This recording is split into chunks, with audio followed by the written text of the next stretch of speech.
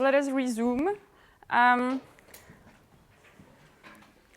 So we have seen one example of a self-referential program, but what if we want to design a blueprint that not only instructs this processor, this processing machine, to construct an exact copy of the tape, but we would like it to say more. For instance, to specify this machine's function in the terraforming process. So in our language, aka we would like the blueprint to compute any computable function or implement any computable function and then output its own description. So how can we build such enriched quines? And the answer to this will be given to us through the Kleene's recursion theorems, which will be maybe the deepest result theoretically of this course. So after this the other lectures should feel easy.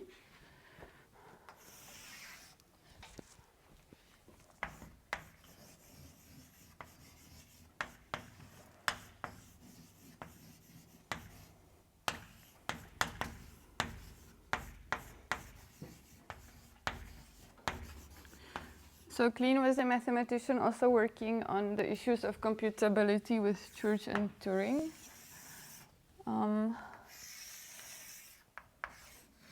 And he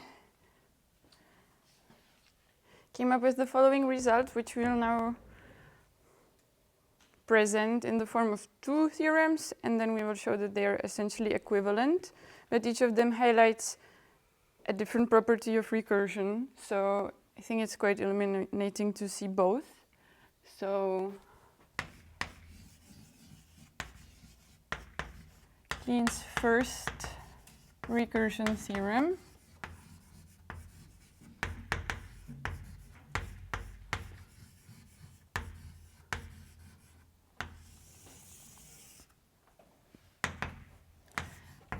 Let f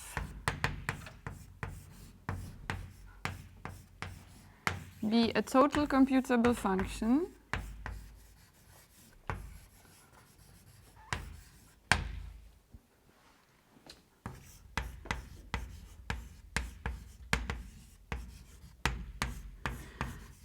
then there exists n, which is a fixed point in quotation marks of f in the sense that phi n equals phi fn. So essentially, n is a fixed point modulo the equivalence that we have defined between Turing machines.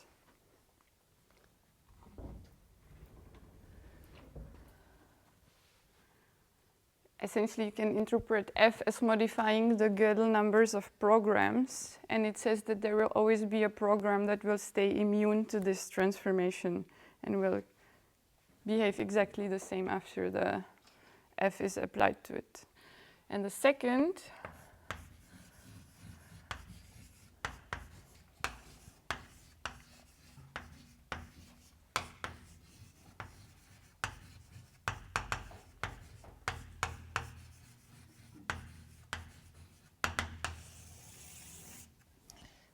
let us start with a partial computable function with two inputs and a single output.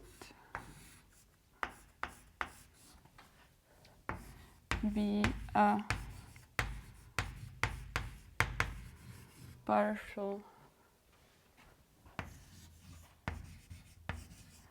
computable function,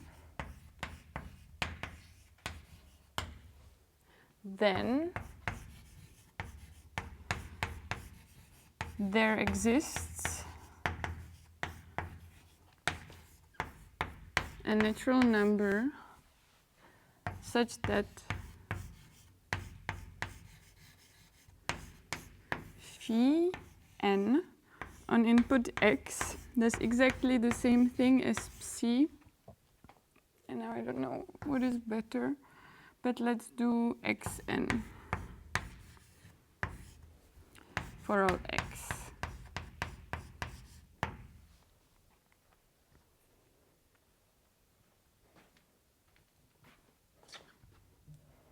So before we delve to the proofs, let us look at some applications of these theorems and how do they give us quines. So maybe it will be useful to give a second version of the second recursion theorem, more in the language of Turing machines. So let's just interpret psi as a function operating on sequences.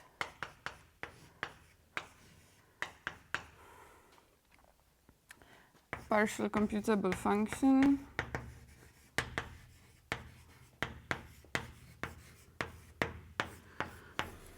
Then there exists a Turing machine Q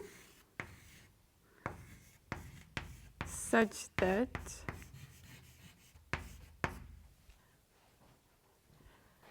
phi q x is like psi x q. So we just went from the Gödel numbers to the descriptions. And here you might kind of start to see something. So we can define any computable function, and we'll be able to find a Turing machine that does exactly the same thing as this computable function, where one of the inputs is its own description. So what are the applications of this?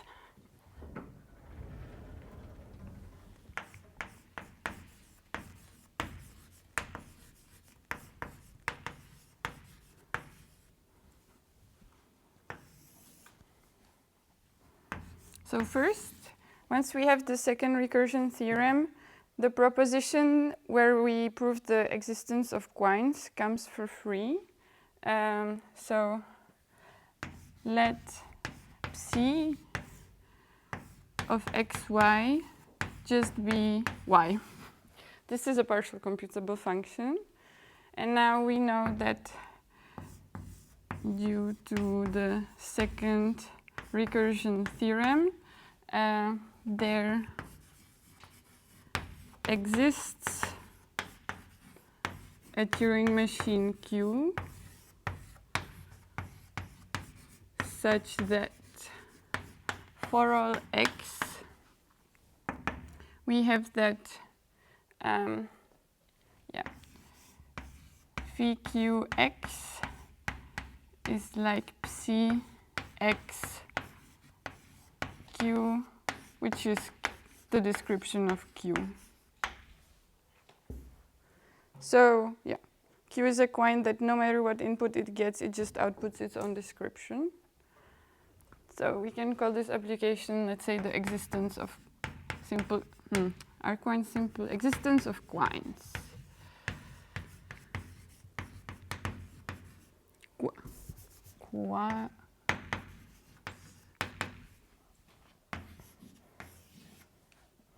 So this will also immediately give a solution to our general blueprint design. So we can call this existence of enriched quines.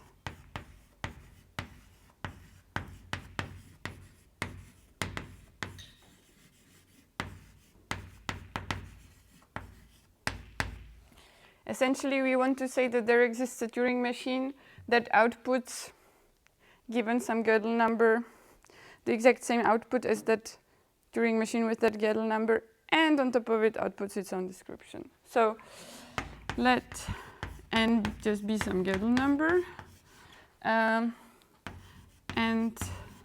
let psi xy just output the output of phi and x together with y.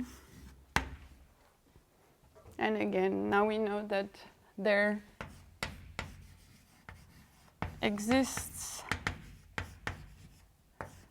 due to the second recursion theorem, a Turing machine Q, okay, let's call it Q again, such that phi Qx is, yeah, the same thing as psi. Okay, let's write it explicitly one more time. Which is just first compute this and then append to it your own description.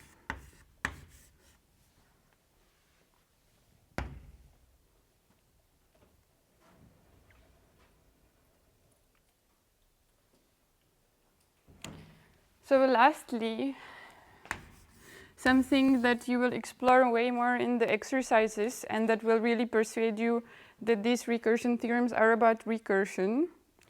I will just try to discuss it here, and this is, I suppose, what is the deep result about these theorems is that, okay, this will be an informal, let's write it in blue. As we will progress in the course, there will be more and more blue. Now, we can use the high-level instruction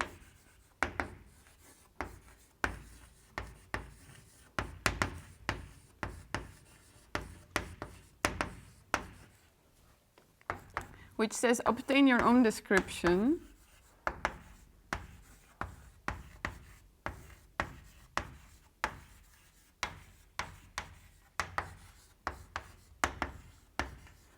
And this is a valid instruction when defining Turing machines. We have unlocked a new feature.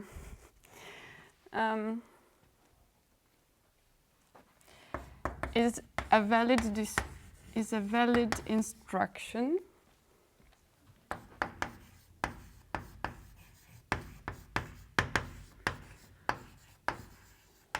when defining Turing machines.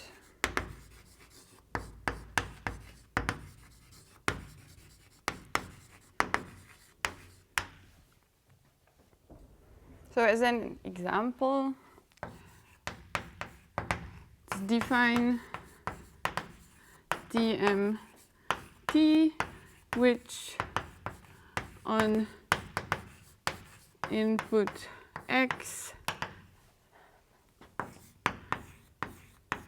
obtains its own description T, outputs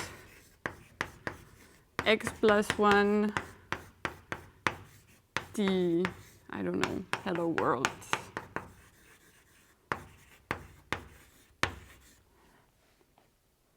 So this feels like a strange definition of a Turing machine, but what you should always think until it gets hardwired is that behind it is the Kleene second recursion theorem.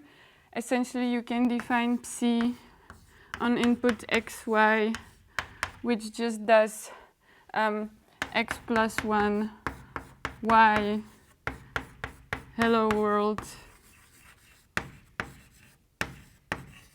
And then you know that there exists t such that phi tx is exactly x plus 1 t hello world.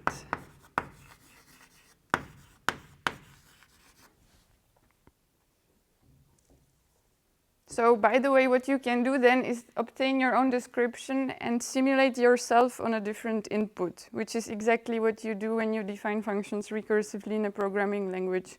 You define some function and you call that function within the definition of the function, which feels strange, but now we know that it's nothing extra that Turing machines cannot do.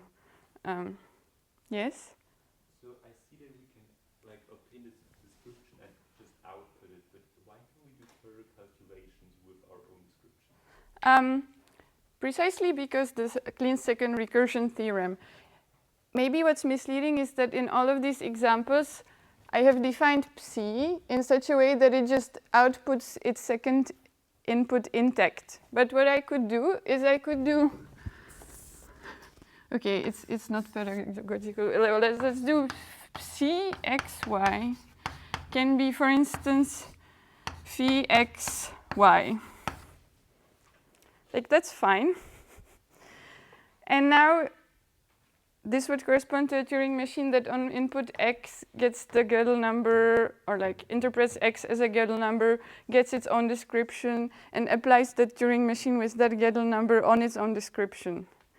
So just play with it. Just define partial computable functions with two inputs in ways that modify the second input, and this will translate into the modification of the description. So it really is the case that you can compute with your own description. Very good question.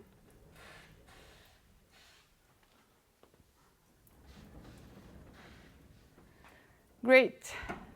So now we will follow a completely straightforward trajectory, which is to first prove the second theorem, which will follow a very similar approach to the proposition about the Kleene existence. Then we will prove that the first and second theorem are equivalent.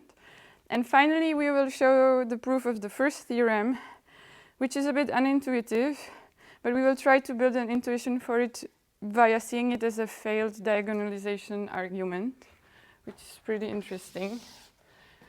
So, proof of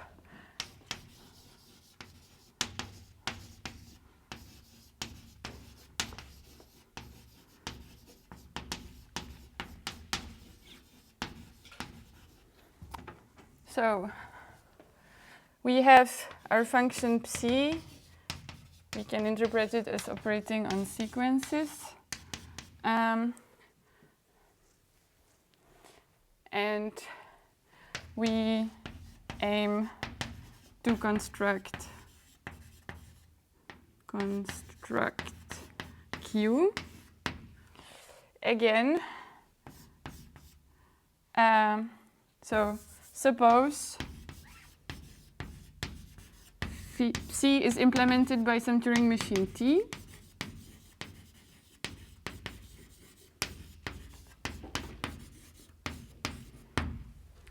So again, aim is to write Q and decompose it into now 3 Turing machines, some A, B, and then T.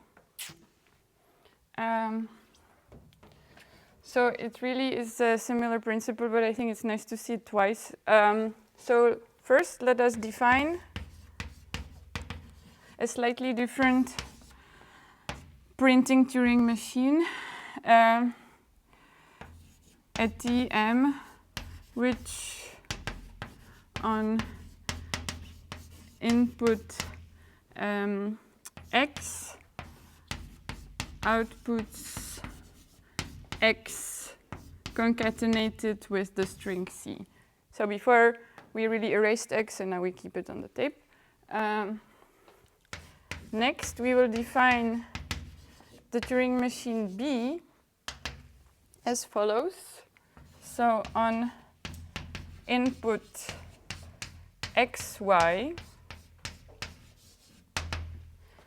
you can probably guess this. So first check if Y is a valid description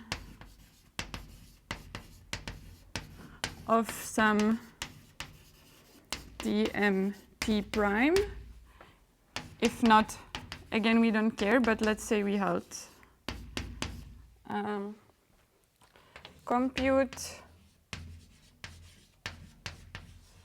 look at now at the, no, actually again at the second input and compute P prime Y, the description of this Turing machine, and output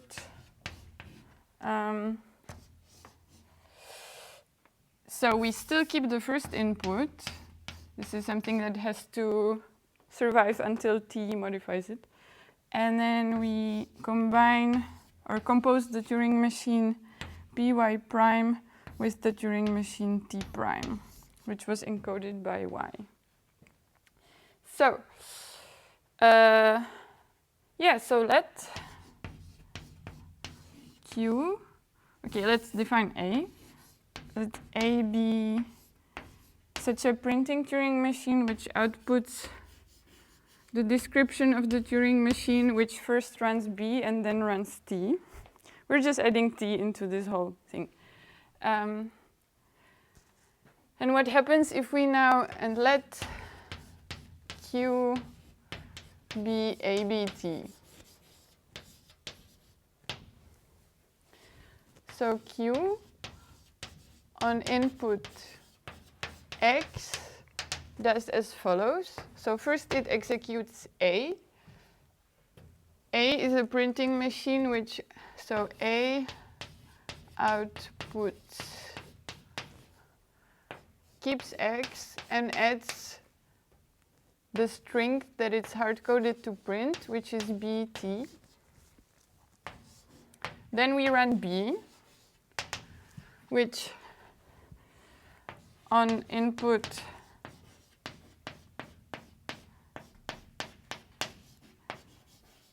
XBT. So this is a valid description, so we continue. So computes B prime BT and outputs X combined with the description of B prime BT combined with BT, which is nothing else than ABT. And this is how we defined Q. And lastly, we run T on this. So run T on X Q.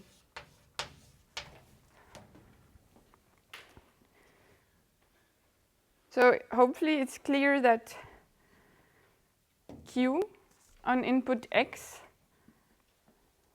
runs T on this, which is exactly the same thing that phi of T does.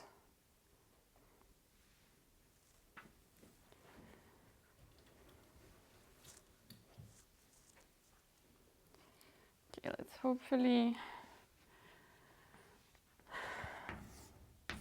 So far the first Kleene's theorem looks a bit unrelated. So now let's look at how the first theorem applies the second one.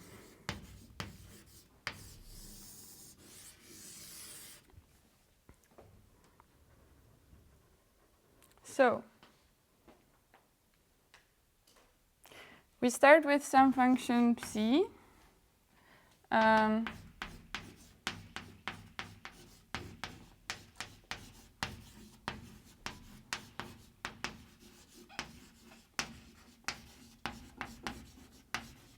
Which is partial computable, and we have to somehow find a function which acts on Gödel numbers and which is totally computable. So you might already be thinking that this is the perfect place for the parameter theorem. So there exists f. Okay, this is partial, so let's total computable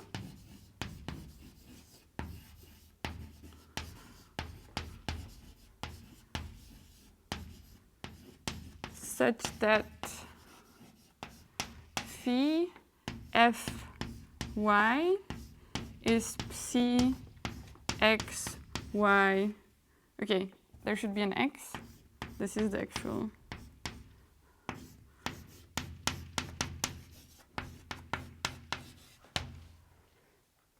So we have just put one of the inputs as a parameter. Yeah. So okay, due to the parameter theorem,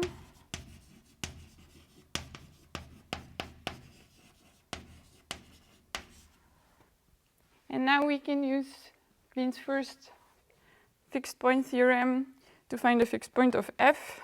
So there exists an n such that phi n x is the same as phi fn x for all x, but then this is the same as psi xn. And that's it.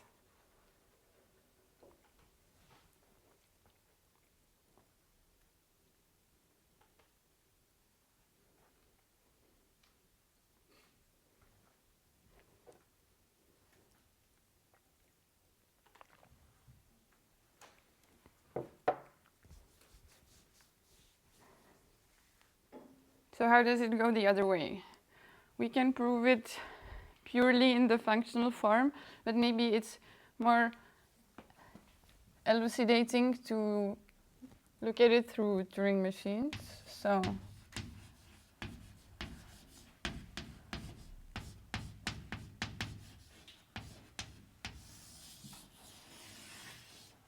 we have, let f be a total computable function, and we're looking for its fixed point.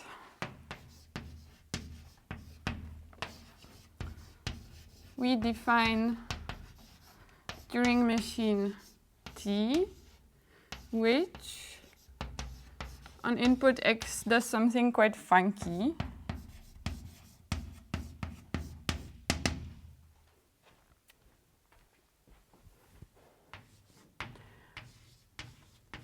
It obtains its own description.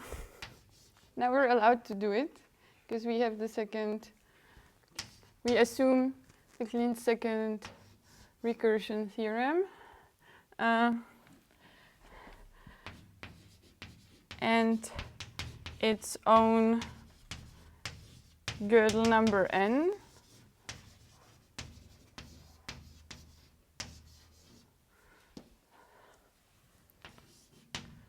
Compute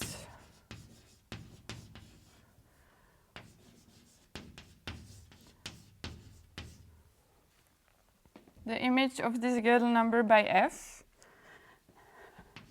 And lastly, simulate the Turing machine with Gödel number m.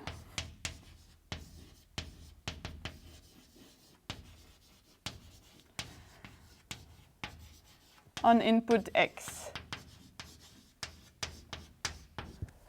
And output that.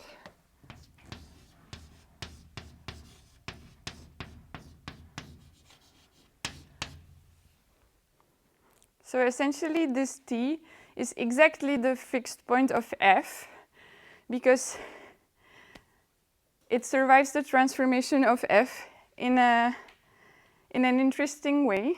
It obtains its own Gödel number, it looks where f would map that, and it simulates the Turing machine in the image of f.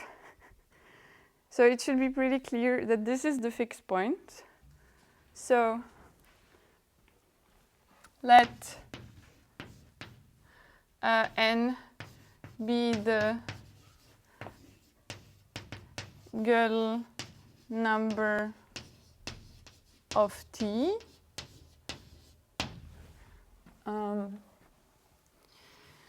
So what happens when we have phi T on x, or in other words, phi n of x?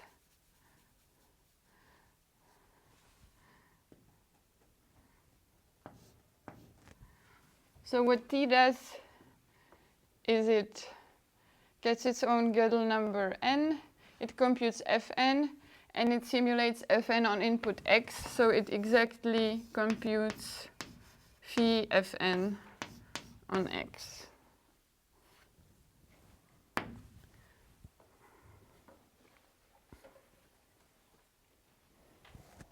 So n is the fixed point of f.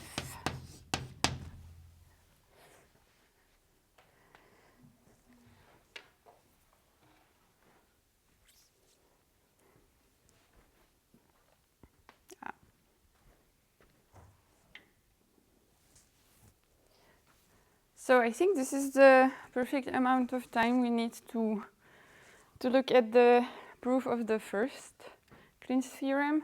Technically, we don't need to. We have proved it already. But I think it's quite interesting.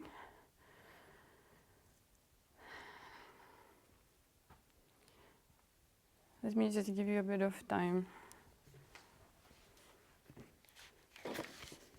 Maybe also if you have any questions.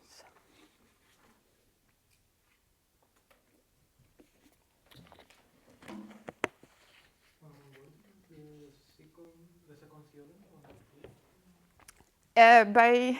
In line 1, where I say obtain your own description. So that says, before that we were not, it was not clear that that such an instruction would yield a valid definition of a Turing machine. But now behind the scenes you can imagine some function psi, and you can kind of see what you should do with its two inputs such that you will obtain t through the second recursion theorem from psi.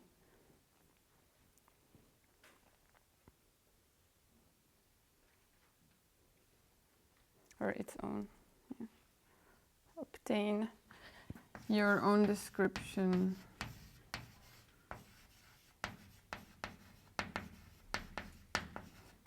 And your own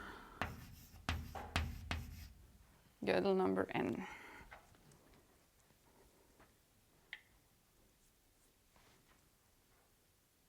Mm-hmm. Why are they called recursion theorems?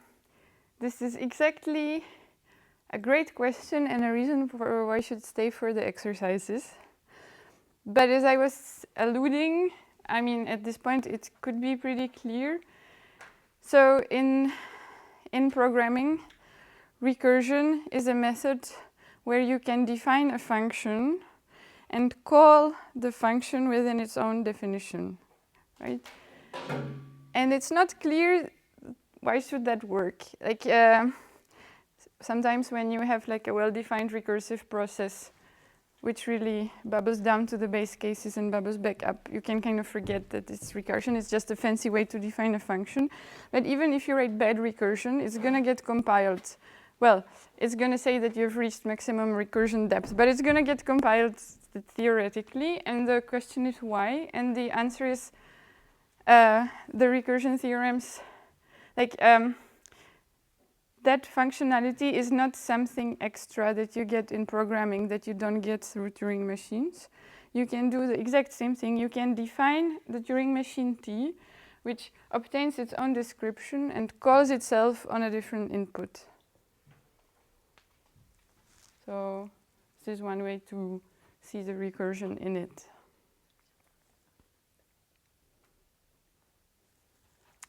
Good. So,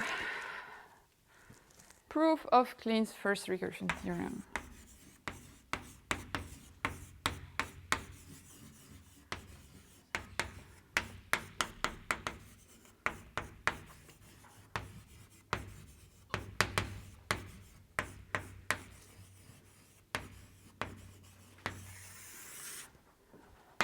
So we start with some total computable function f.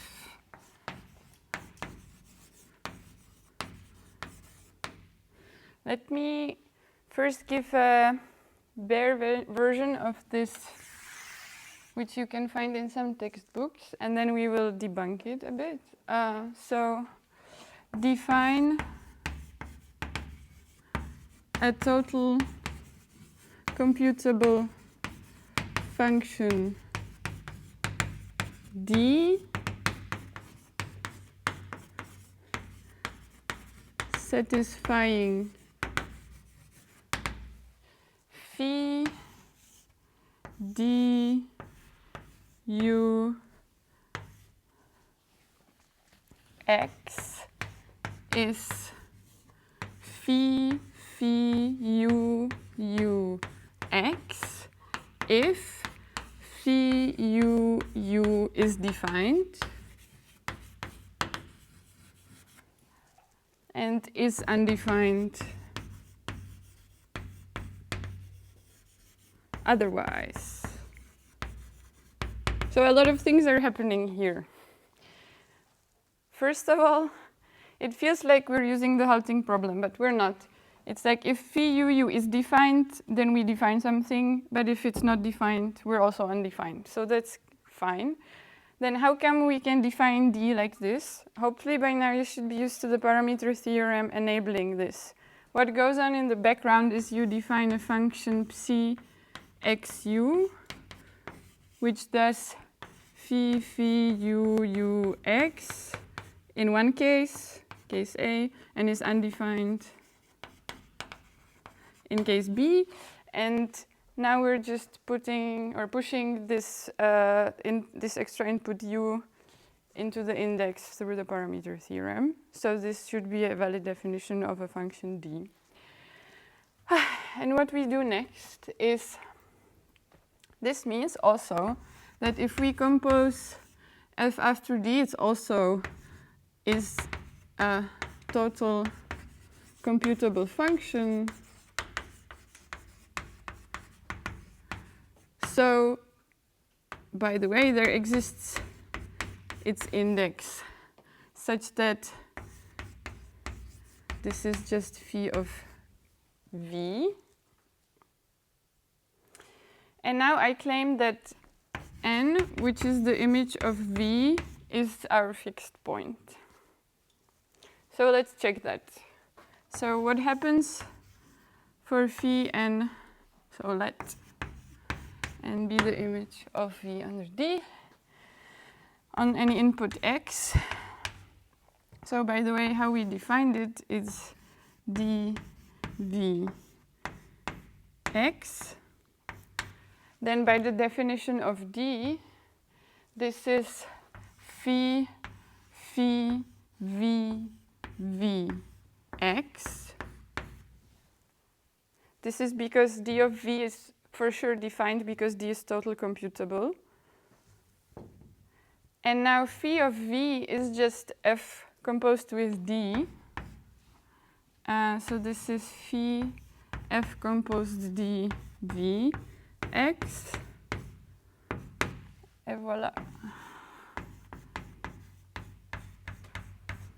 For all x.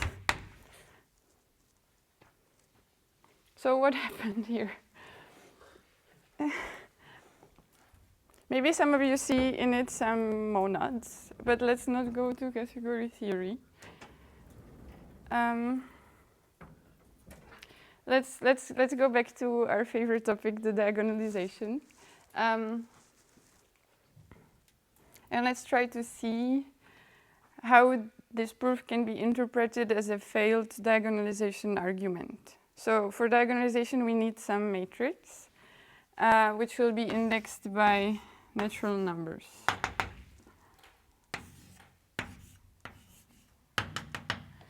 In our case, the row will correspond to something like this, and then the column will put this as an input to, or we can say x, and then this is just the x's. So here we have phi 0, 1, phi 0, 2. Now it's looking dangerously like not an index, but we're still in the index. Similarly, here we have phi 1, x. So, okay. Phi 1, 0, phi 1, 1. I hope you're starting to get the gist. Let's do one more. Phi 2, x. So we're here, phi 2, 0, phi 2, 1, phi 2, 2.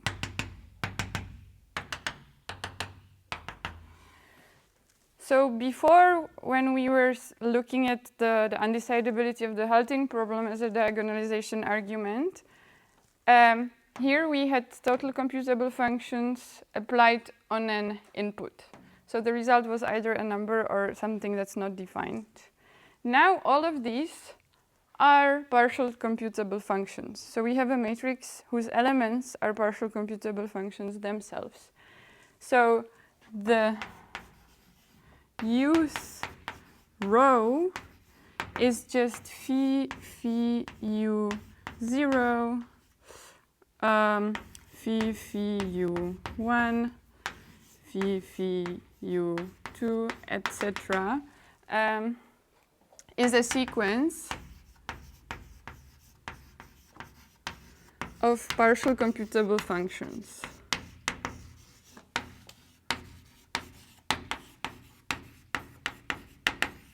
With a single input. So what does this row represent? Or what does this matrix represent? It looks like I would not just in my free time come up with such a matrix. What does the matrix represent?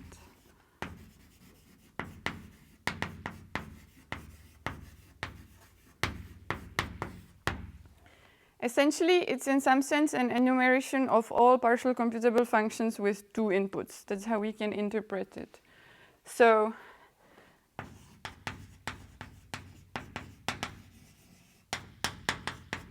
it is an enumeration of C partial computable.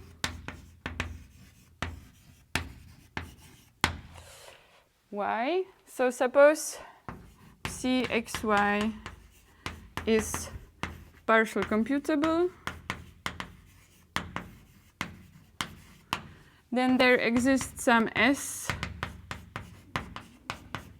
total computable such that phi S y or let's put x here. Phi S x y is psi xy. And since S is totally computable, there is some index u such that S is phi u. So all we have done again is use the parameter theorem to push one input down. And now we can just see that psi of xy is just phi u x y.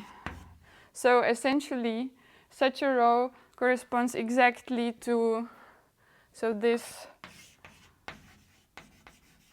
corresponds to a row of psi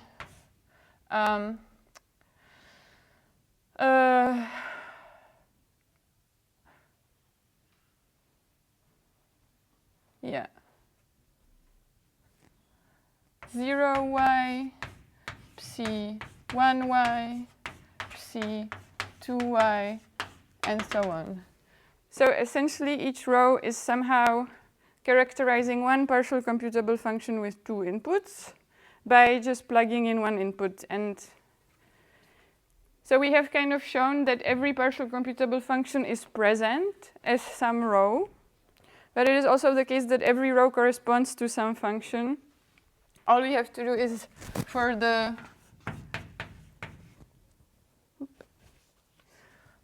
youth row define psi xy as phi u x y. And it's clear that this is a valid definition of a partial computable function with 2 inputs. So, okay, we have enumerated partial computable functions with 2 inputs in a very funky way using the parameter theorem. And what does diagonalization arguments do? They choose the diagonal, and they choose some clever modification of the diagonal that is trying to get you out of this matrix. So here, this diagonal is exactly D. That's why we call it D. So truly, D is just the diagonal of this, right? And what can we interpret? How can we interpret F? So when we do F after D, this is some total computable modification of the diagonal. So if the argument was not failed, this would yield some function which is not represented as any row. So essentially what we can see is like if we have phi of some function, okay, s, x, y, phi acts on this and modifies it into phi f composed with s on x, y. But since f is total computable, this will just yield a different row in this matrix. So this is where the failed diagonalization argument comes from. So D is total computable.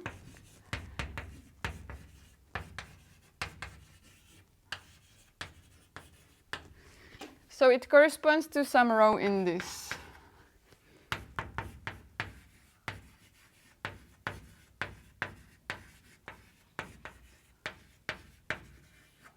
To some row in the matrix.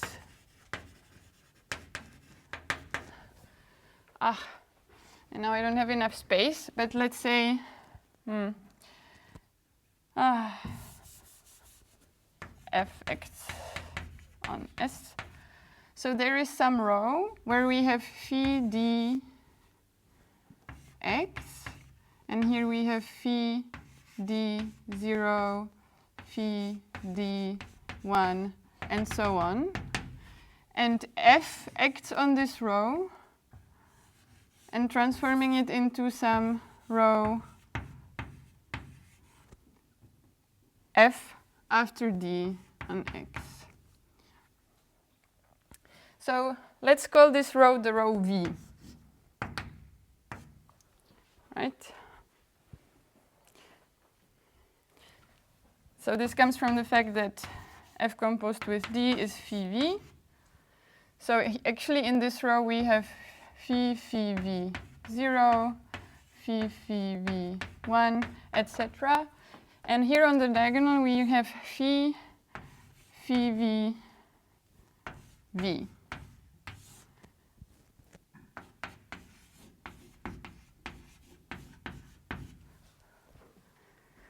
So the vth element of the diagonal is this partial computable function.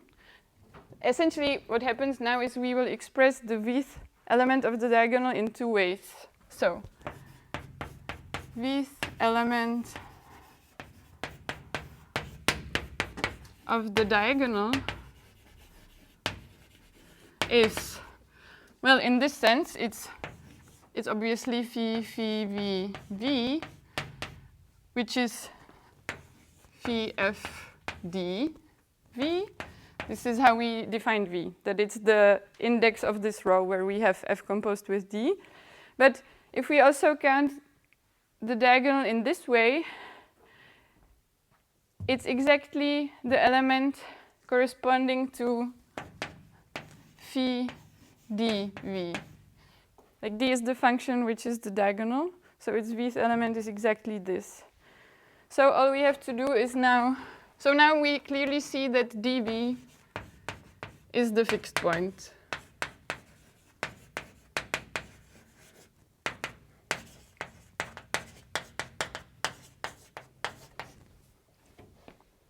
And we have used up a bit of the break, so maybe the exercises can start a bit later, if that's okay. So hopefully this brings some intuition. It's essentially the question we could ask is, can we use some smart modification of the diagonal, which would diagonalize ourselves out of the class of partial computable functions with two inputs? We don't know what transformation to use, so let's just use any total computable function f and see what happens. Well, we already know that this is a robust class, so by acting on the diagonal with f, we cannot get out of it, so we will have some row that corresponds to it. And this already means that the f has to have a fixed point, because now we can look exactly at this row on the diagonal, on the element on the diagonal, then we see that it's the fixed point of f.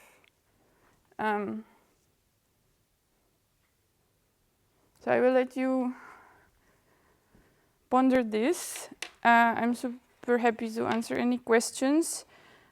But other than that, next week we will start talking about actual logic of physical self-replication, and the Kleene's recursion theorems will somehow be in the background but will not be crucial for the understanding of the next part.